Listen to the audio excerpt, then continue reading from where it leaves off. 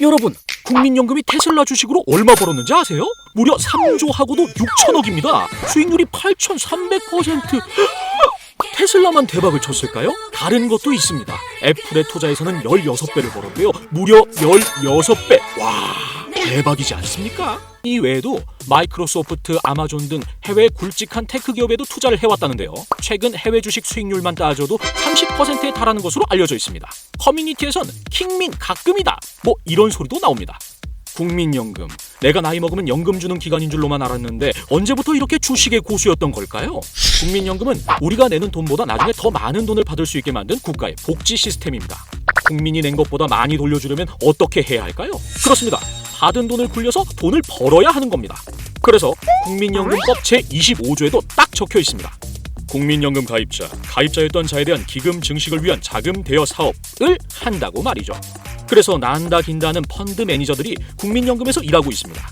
어디에 투자할까요? 주로 채권과 주식에 투자를 해서 돈을 법니다.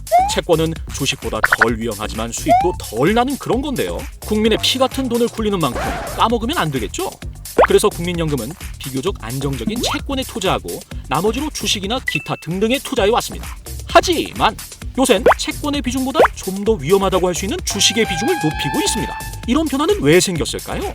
이유는 바로 저출산 고령화 때문입니다. 저출산 고령화가 왜? 장기적으로 돈을 버는 사람이 줄어들고 그럼 연금에 돈을 낼 사람이 줄어드는 건데 돈을 타가는 사람이 많아지는 구조란 거예요.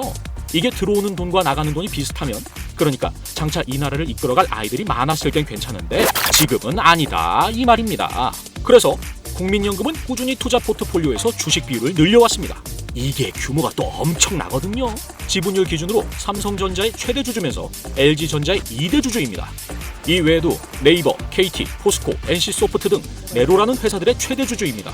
이재용, 이혜진, 김택진이 1번이 아니었다 이거예요. 보통 경영권에 개입할 수 있는 지분의 비율을 5% 정도로 보는데요. 국민연금이 이 정도 가지고 있는 회사의 수만 우리나라에 270여 곳이 넘습니다.